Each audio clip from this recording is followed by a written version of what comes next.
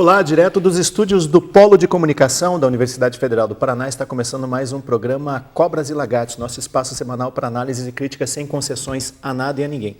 Este é o legítimo, o inimitável. Eu sou o Ney Hamilton e estes são os nossos comentaristas, Mário Negrão, Belmiro Valverde. Estamos desfalcados do nosso centroavante Hugo Teves Mengarelli, que está contundido, infelizmente não pôde vir. Antes de começar o nosso tema da semana propriamente dito, eu quero retomar um tema da semana passada, mas o Belmiro estava ausente, que é sobre amarelada. Belmiro, qual foi a grande amarelada da sua vida? Você não vai escapar dessa pergunta. Amarelada? Amarelada. Se acovardar? Olha, aquele momento de... que eu não me lembro. Aquele momento de branco total. Amarelei agora. Amarelei agora. As coisas no meio de uma palestra. Todos nós nos confessamos aqui. Isso acontece. Isso já aconteceu eu fazendo uma palestra, exatamente. E o pior é que você começa a frase, né, dizendo assim, então aqui nós temos 4 fatores a considerar. E daí me deu um branco e não apareceu nenhum dos 4. E era uma situação que você não podia sair. Isso já aconteceu comigo algumas vezes, dá assim, um total branco. Outras vezes você errar o nome ou de uma citação ou de uma pessoa, né? Outro dia eu fui falar de uma coisa assim bem conhecida e errei o nome com uma pessoa. E eu sentia na minha cabeça que estava errado o nome, mas eu insistia. E o pessoal olhava com a cara meio desanimada. Né? Mas eu tive, assim, principalmente nessas situações de nervosismo, né? Uhum. E como é que escapa disso? Mesmo não tem. Uma pessoa quanto mais você tenta escapar, mais pior. É melhor você parar e dizer, olha, me deu um branco agora, esqueci. Aí todo mundo ri, você paga a sua joia e daí começa tudo de novo. Não é isso? É melhor. Onde é que eu estava mesmo? Né? Uhum. Então... Bom, mas vamos fechar esse parênteses e vamos ao assunto. Mário Negrão, as convenções... sabe o que você vai falar. Lembrando ao telespectador que nós não discutimos previamente os assuntos, as pessoas sabem exatamente na hora que o programa está decolando. Mário Negrão, o assunto da semana são as convenções partidárias que estão indicando como vai caminhar a próxima eleição, ou como vão caminhar as próximas eleições, porque nós vamos ter eleições em vários níveis. E o que deu para sentir é que os partidos que estão na oposição, tanto no governo estadual quanto para o governo federal, vão procurar deconstruir a imagem dos governantes. A gente sentiu isso com relação ao presidente Lula, o partido, um dos grandes partidos de oposição, que é o PFL, jogou pesado no seu programa nacional e também jogou pesado contra o governo estadual do governador Roberto Requião. Essa tática de deconstruir ou desconstruir uma imagem funciona ou isso é uma faca de 2 legumes, como diria o saudoso presidente do Corinthians? Eu acho que é uma faca de 3 legumes. E também sempre 3. Sempre 3. Porque, veja bem, o que acontece quando a gente desconstrói uma imagem? Eu sempre digo assim, que para mim é um ditado importante, que a violência é a falência da inteligência, né? Então, quer dizer, quando você não consegue analisar bem uma situação, você ataca a pessoa, né? A gente tem mania de corporificar, né, ou de encarnar esperanças e valores em pessoas e não em situações, né, ou textos, né? Então, no caso aqui, desconstruir a imagem, né, para mim só pode dizer uma coisa, se a oposição vai tomar esse caminho para a reeleição, então quer dizer que faltou imaginação também daquele lado, porque tem muita coisa para criticar que não seja a pessoa em si. Eu acho que o governo deixou muitas oportunidades, né, para você criticar administrativamente o que você quiser, de cima e embaixo, desde fome zero até lá. Então não há necessidade disso. Além do mais, quando a gente desconstrói a imagem de uma pessoa, a gente reduz o nível do argumento, né?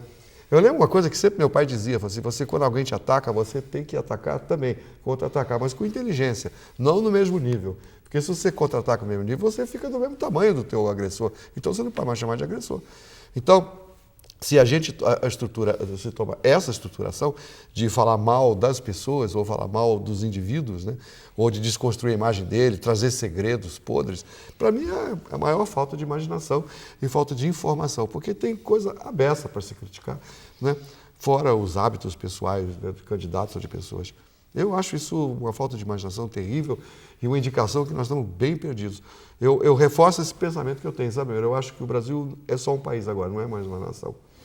Belmiro Valverde, será que a plateia, depois da passada Copa do Mundo, terminada a novela de maior sucesso das 8 horas, será que a plateia estará preparada para ver sangue? Ela quererá ver sangue no horário eleitoral gratuito? Eu concordo em grande parte com o Mário, porque o Brasil é o país do coitadinho, né? O pessoal de publicidade diz isso, né? A publicidade antagônica, que em alguns lugares do mundo é muito bem sucedida, o cara vai para a televisão e diz, olha, vou mostrar por que o produto do meu concorrente é uma porcaria. Aqui no Brasil não funciona, as pessoas ficam com pena do atacado, né? Então é uma faca de dois legumes, sim, né? Agora, também eu tenho um sentimento meio curioso, né? Eu acho que a população, o eleitor, ele tem um momento de fadiga de material, e um certo momento que ele reage de uma forma intempestiva, tá?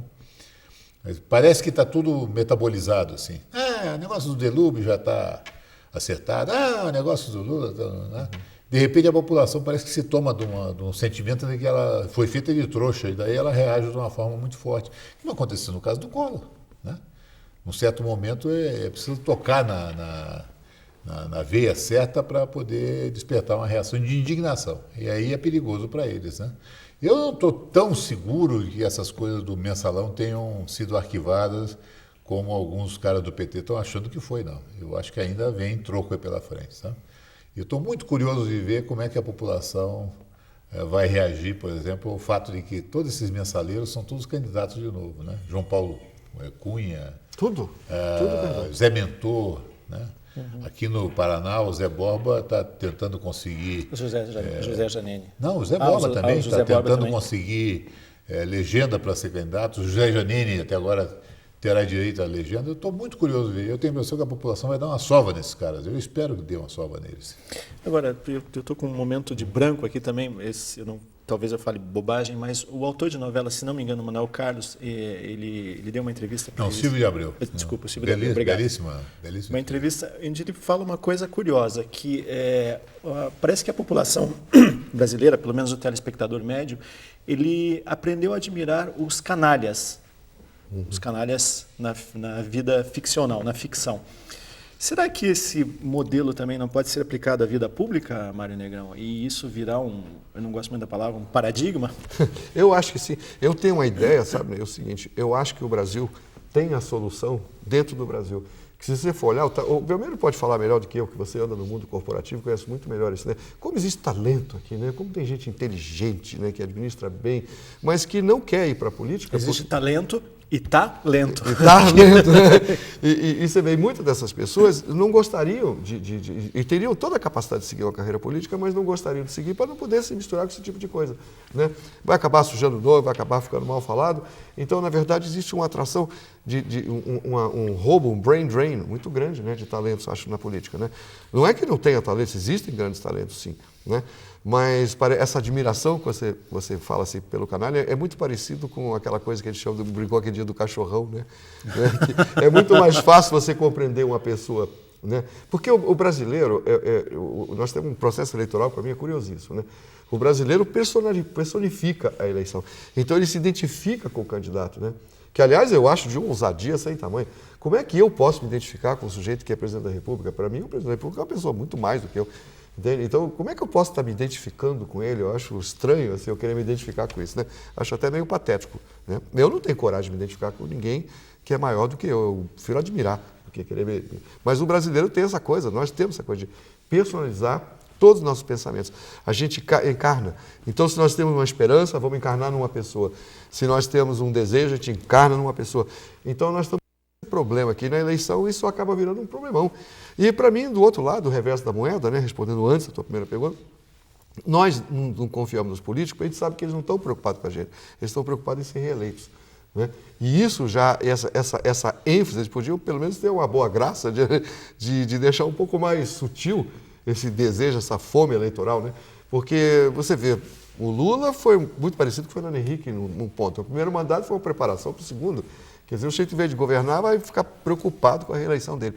Então, na medida que os políticos focalizam na reeleição, que eles focalizam mesmo, né, o público fica com essa impressão, fala assim, bom, o cara não está preocupado comigo, ele está preocupado em continuar com o emprego dele, né, que está rendendo bem. Então, quer dizer que isso é uma coisa que deixa a gente blasé, né? E diz assim, muito eleitor brasileiro está dizendo, eu quando vou eleger, eu não estou elegendo o cara para me representar, eu estou dando para um cara um empregão, né? O emprego dos sonhos. Né? Então, com isso, acho que nós ficamos lazer, que nós vemos que os políticos estão labutando em causa própria mesmo, não é nossa causa.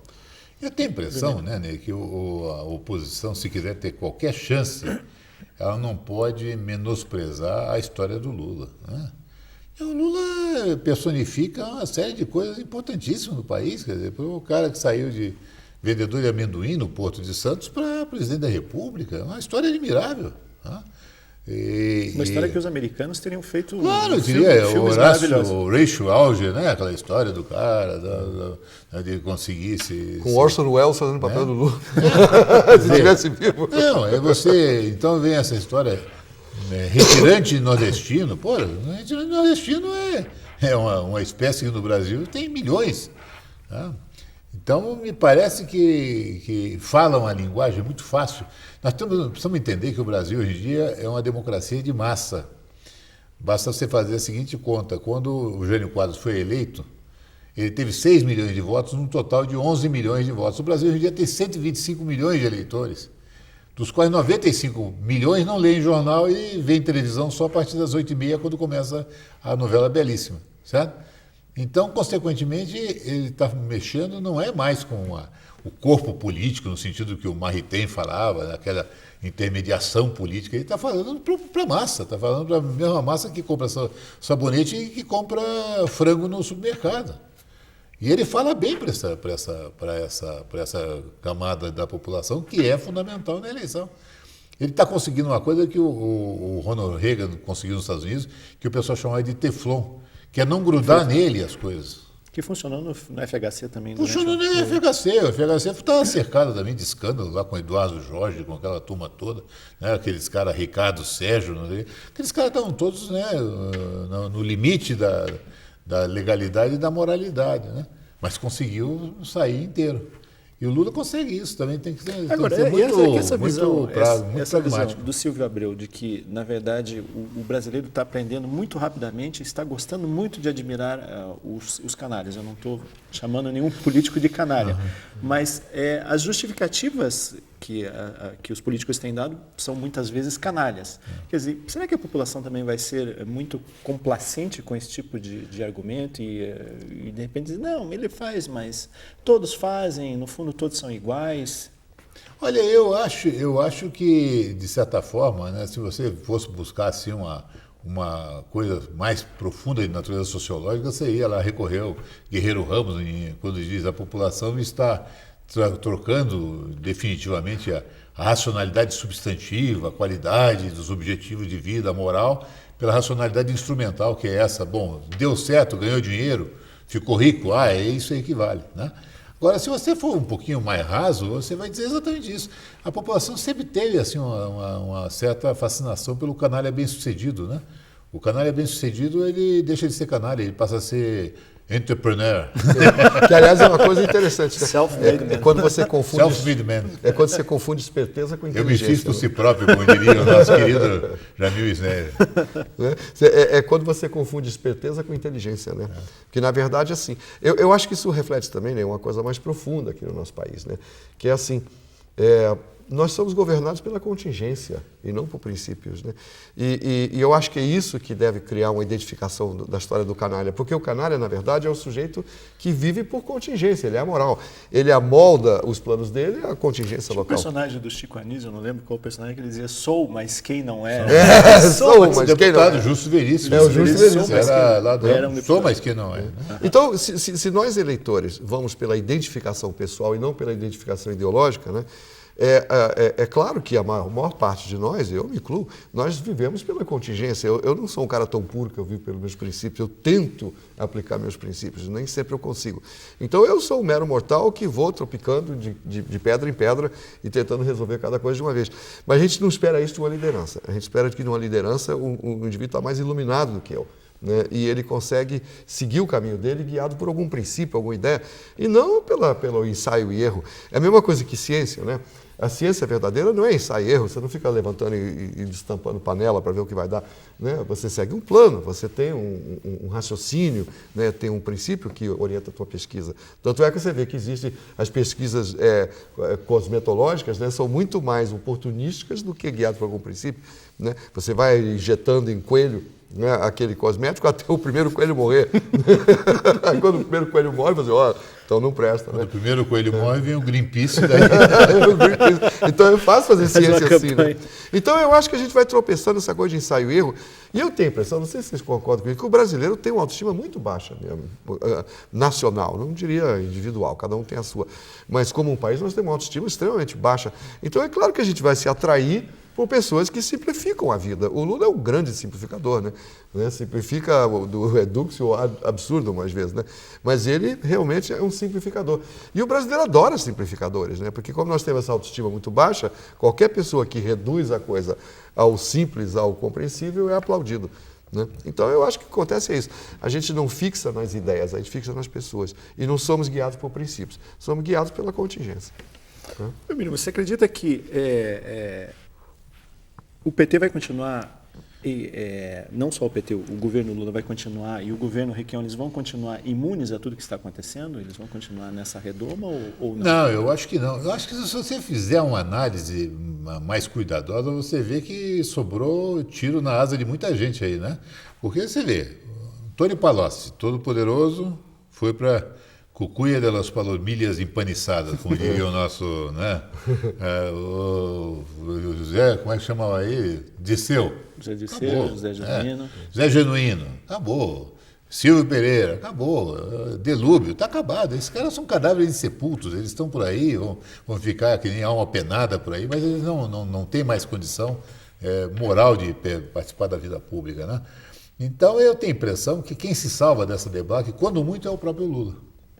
O resto não, o resto eu acho que vai levar uma sova na eleição. Agora, tem alguns cadáveres insepultos na oposição que continuam assombrando, né? Isso Antônio Carlos Magalhães, por exemplo. A sorte do governo do Lula é a qualidade da oposição que ele tem, que é tão ruim quanto em alguns. Antônio Carlos Magalhães, né? Antônio Carlos Magalhães está sofrendo de arrogância senil há muitos anos já. Quer dizer, então, pega lá José Jorge Bornauso, com todo o respeito, mas é um homem que está com um belo futuro atrás de si, né? Quer dizer, então até o César Maia, que seria César a nova Maia, geração. César né? Maia, que gasta 170 milhões para fazer um autódromo e deixa os doentes no Rio de Janeiro morrendo na UTI por falta de refrigeração. Essa gente toda também não tem não está com essa bola toda, não. A sorte é essa. Esse é um aspecto que o Mário levanta sempre que me preocupa muito. Você já olhou em volta e vê que não aparece uma liderança nova, inspiradora no Brasil há muitos anos? Você vê aqui o caso do Paraná. O Paraná, por exemplo, Álvaro Dias em 1974, 76, né, da eleição do Leite Chaves. Roberto Requião, da eleição do Zé Richa, 82. Essa liderança inteirinha vem daquela época. Quem é que surgiu novo no Paraná nos últimos anos? Ninguém. Então, a não ser alguns da antiga linhagem, né? Você tem Beto Richa, Gustavo do Frutti, Beto Richa, exatamente. Gustavo Frutti, né? Que são pessoas que no futuro... são da velha linhagem, né? Mas que no futuro vão se projetar, mas ainda eles vão ter que comer algum sal ainda, né? Então, mas você olha em volta e diz, qual é a liderança nova dos deputados estaduais? Nenhuma. Deputados federais? Nenhuma. Então Bom, só nos resta esperar. Como dizem os ingleses, wait and see. Vamos a um rápido intervalo e já voltamos com o segundo bloco do programa Cobras e Lagartos. É só um instante.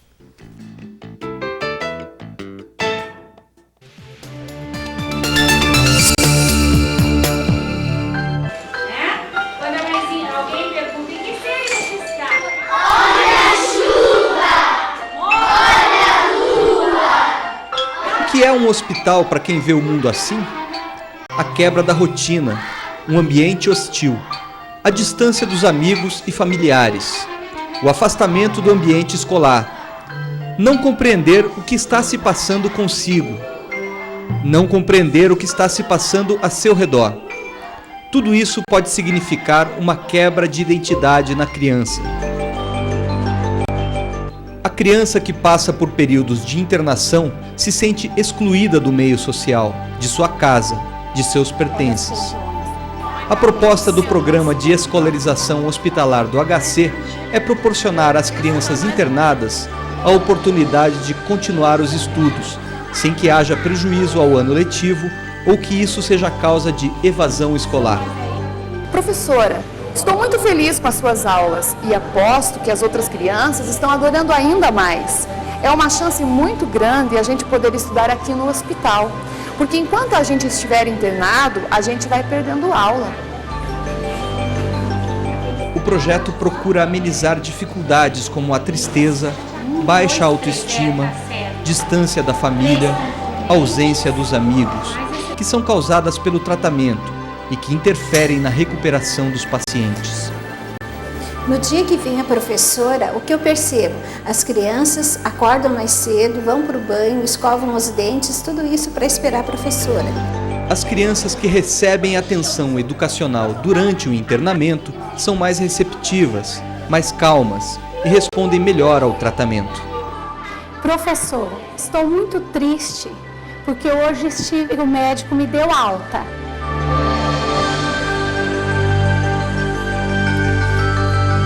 Eu não gostaria de ir embora, porque vou sentir muita saudade dos seus beijos.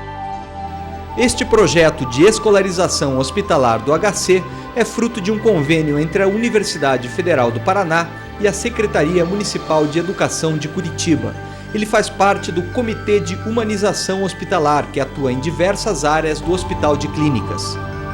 Estamos chamando você para nos ajudar nesse trabalho. Você pode contribuir doando material didático, material escolar, jogos educativos e computadores. Venha você também fazer parte desse programa. Mostra o que é do bem, tem cara de neném.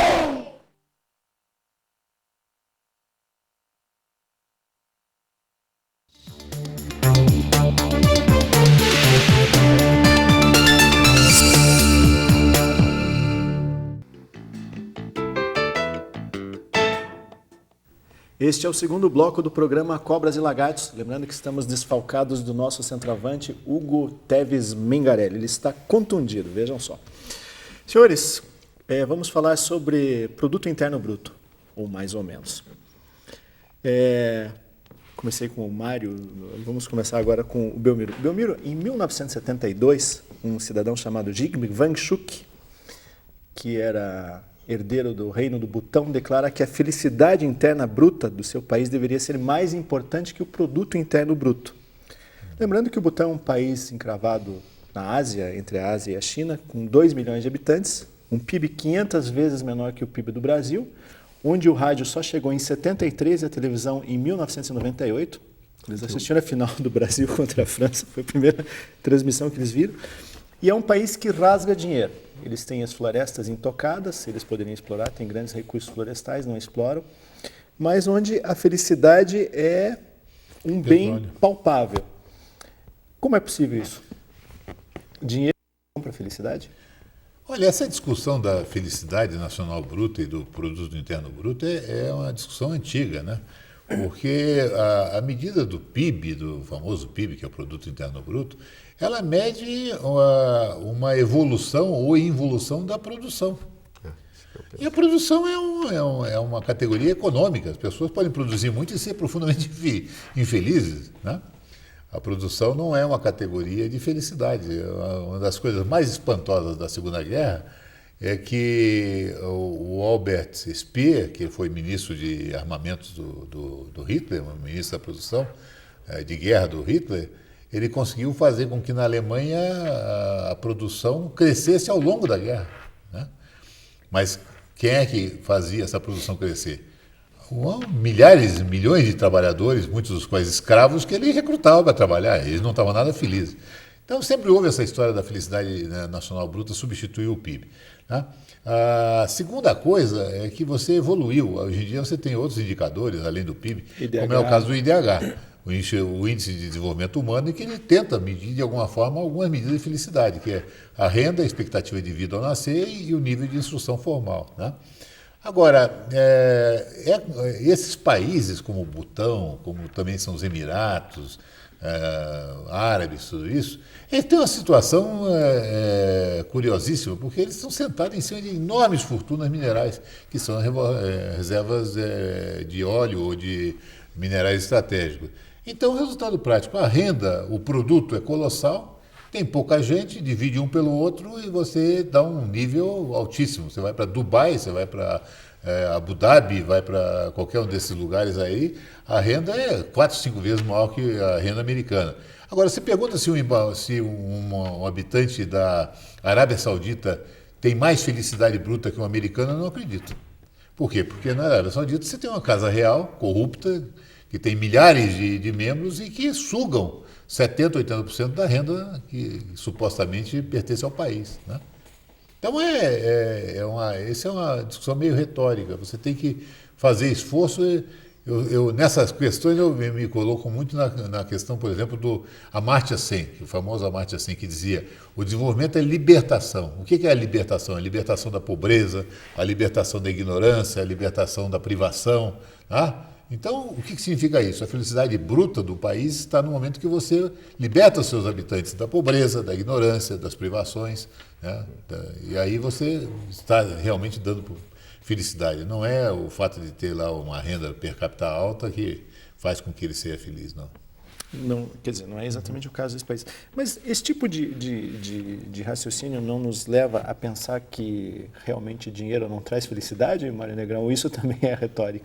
Isso é apenas um ditado? Não, eu acho o seguinte, olha, eu sou terapeuta há muitos e muitos anos, principalmente de casal, e eu posso dizer uma coisa: a causa mais frequente de separações entre casais é problema financeiro. É quando a vida fica insustentável.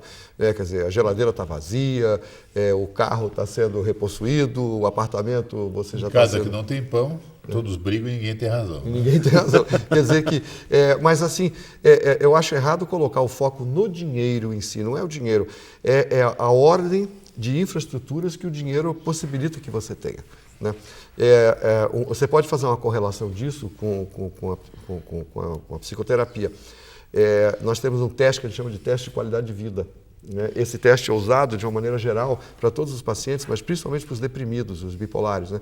E esse teste de qualidade de vida mede o nível de depressão que você tem indiretamente através da tua produtividade. Quer dizer, eu concordo com o Belmiro que você não pode confundir economia com psicologia nesse nível, né? Porque aí realmente vai criar distorções grandes. Mas existem analogias que são úteis, né? O dinheiro traz ordem, o dinheiro traz sossego, o dinheiro traz proteção, né? E o dinheiro enclausura você, o dinheiro bem usado, né? Nesse sentido. Ele enclausura você dentro de um contínuo em que você pode fazer planos. Por exemplo, como é que o sujeito vai fazer planos se ele não sabe se ele vai comer amanhã ou não vai, né? Um país também seria a mesma coisa. Você poder produzir. Veja que os americanos, os países mais desenvolvidos, os europeus, eles fazem projetos para 20, 30, às vezes até 50 anos na frente, né? E nós ficamos felizes, a gente consegue fechar o orçamento desse ano aqui. Quer dizer, o dinheiro traz para a gente, a economia traz para a gente essa perspectiva de continuidade, esse contínuo. Nesse caso, eu até pergunto para você, porque eu sou muito ignorante em termos econômicos e administrativos. Eu acho que o PIB, na verdade, é um reflexo, se você fosse fazer uma comparação, ele parece com o nosso ego mesmo, né? Quer dizer, o ego, eu falo no sentido que não é a capacidade de você se definir, mas a capacidade de você se definir através do seu comportamento, né? Então, o PIB mostra o comportamento nacional. Eu não sei se eu estou fazendo essa analogia correta ou não é, porque eu não conheço economia a fundo. Mas, para mim, o PIB seria o equivalente ao ego. Quer dizer, o que você consegue, nesse momento, produzir, independente da sua felicidade ou de outras coisas? O que você produz objetivamente, né? E, como o Belmiro disse, tem pessoas muito felizes que produzem quase nada, né? E tem pessoas infelicíssimas que têm um altíssimo grau de produção. Eu vejo até na minha clínica como existem pessoas bem-sucedidas que são deprimidas e estão mal na vida por causa disso. Então, eu acho que o PIB eu ousaria, né, dizer, será, Belmiro, que dá para você comparar o PIB ao ego? Quer dizer, no sentido que o ego mostra, é uma seção transversal, né, de todos os seus mecanismos de funcionamento. E o PIB, para mim, seria isso, né? Você examina como é que está a produtividade de um país e, indiretamente, você diz como é que está o psiquismo. E o ego do Brasil, nesse aspecto, ele está em ordem ou não? Não, o Brasil está crescendo muito pouco, né? O problema todo, e aí o Mário coloca um ponto interessante, né? Na teoria administrativa tem uma discussão interessante sobre motivação de salário. Se você ganha bom salário, você está motivado ou não? E uma das teorias mais interessantes sobre isso diz assim: salário não é um elemento motivador, é um elemento higiênico. Se você tiver um salário razoável para cima, você não tem essa preocupação de comer amanhã. Então, isso aí te higieniza o ambiente. A motivação vem de outras coisas. Então, é mais ou menos a mesma coisa. O PIB é higiênico. Um país com um PIB bom, ele tem a base para as pessoas não terem que comer amanhã catando no lixo do lixão. Então, ele passa a ter condição de você desenvolver. O que acontece com o Brasil é que o Brasil há muitos anos está crescendo muito pouco. Então, a nossa higiene está baixando, o nosso nível de higiene econômica está baixando muito. E o nosso PIB não é tão ruim assim. Não, o nosso PIB não é tão ruim assim, mesmo porque 40% do PIB ele não está contabilizado, que é o PIB informal, essa economia informal que ainda mantém o país, porque ele não paga imposto e ao não pagar imposto ela consegue sobreviver. Porque a economia que paga imposto no Brasil está sofrendo muito, né? Então existe esse aspecto, o nosso PIB vai mal. Mas, eu queria te fazer uma pergunta. O PIB embute também a tributação? Quer dizer, claro, embute tributação, claro. Quer dizer, diferente do superávit primário, né? Na realidade, PIB e renda são duas faces da mesma moeda, né? O que você produz de um lado, você distribui sob a forma de renda do outro. Você pagou o salário do empregado, então, de um lado ele produziu alguma coisa, do outro lado, ao pagar o salário dele, você gerou renda para ele. Nós temos um terceiro elemento aí, que é o governo, né? É o peso do governo. Esse é o que o governo se apropria de uma parte grande do PIB. Quer dizer, o governo, através dos impostos, se apropria. Essa renda não vai para a população, ela vai para manter o governo. É claro que um pedaço vai para manter o funcionário público, mas um pedaço vai para manter a dívida interna, a dívida externa, vai virar dinheiro do banqueiro, por exemplo. Então, ele sai da população. Eu sempre fiz a analogia de que o PIB é a mesma coisa que o meu salário bruto. Essa análise é correta? Mais ou menos. O PIB é a medida de todos os bens finais que a economia produz. E por que bem final? Porque o cara, quando for calcular essa mesa, só pode calcular a mesa. Ele não pode calcular a mesa, mais a madeira, mais o prego, né? Porque senão dá dupla contagem. Então ele pega todos os bens finais, soma, e isso é o PIB. Né? Então o PIB hoje em dia é uma medida muito duvidosa, né? Até de prosperidade. Inexata, né? Inexata e duvidosa, porque ela tem que estar associada à distribuição de renda. Não adianta você ter um PIB enorme se a distribuição de renda for muito ruim. Daí esse PIB é muito grande, mas é mal distribuído. Agora, dá para acreditar num país que tem como preceitos básicos, se a gente pensar tanto do ponto de vista de administrador quanto do ponto de vista prático da população, um país que tem como preceitos básicos saúde da população, padrão de vida, vitalidade e diversidade da cultura, boa governança, vitalidade e diversidade do ecossistema, vitalidade da comunidade, educação, equilíbrio do tempo e bem-estar emocional. Quer dizer, isso como plataforma de governo, será que funcionaria num país como o Brasil, Mário Negrão? Ai, quem dera que algum candidato pensasse dessa forma, né? Mas eu acho que é difícil você ver alguém que pensa... Isso aí mostra uma amplitude de pensamento muito grande, é um leque bem amplo, né? E define muito bem o que seria um bem-estar social, né? O conceito... No sentido... Mas está muito no plano filosófico, né? Muito no plano, como gosta de dizer o Belmiro, no plano esotérico. Né? Mas eu acho que... Mas aí vem a minha tese, né? Eu concordo com o Platão. Eu acho que o rei tem que ser um filósofo mesmo, né? E o filósofo tem que ser guerreiro e rei. Eu acho que a filosofia deveria ser incluída no nosso raciocínio mesmo, porque eu não consigo imaginar como que você poderia lidar com milhões e milhões de pessoas apenas através de contingência ou de regras ad hoc inventadas na hora, né? Então, se a gente for procurar alguma base de pensamento, se você tem alguns países que colocam a religião como base de pensamento, é difícil isso, né? A religião é uma coisa controvertida, uma pessoa acha uma coisa, a pessoa acha outra, é difícil você unir as pessoas através da religião. Mas se você une as pessoas através de determinados princípios, né, aí você tem o início de uma nação mesmo, né? Então, eu acho assim, que a filosofia deveria ser obrigatoriamente o nosso embasamento mesmo para governar. Enquanto a filosofia não entrar em governo, nós vamos ter o que a gente tem no mundo hoje, injustiça, desigualdade e sofrimento. Belmiro, você acreditaria nesses filosofia, para mim, é uma coisa viva. Preceitos como fundamentais para governar um país? Eu acredito que você tem que colocar como um grande farol, né? Eu acho que eu já contei até no programa, muito tempo atrás, né, Ney? Uma vez vale a pena ver de novo. Vale a pena ver vale a pena ver de novo. Melhores momentos. Melhores momentos, compacto com os melhores momentos. Mas eu já contei, toda a teoria econômica e administrativa, ela iguala muito a modernidade com a felicidade, né? Quer dizer, com essa história de que eu sou moderno, então ou então eu sou atrasado, né? Os americanos gostam muito de separar o mundo entre os a backwardness, né? O atraso e o progresso, né?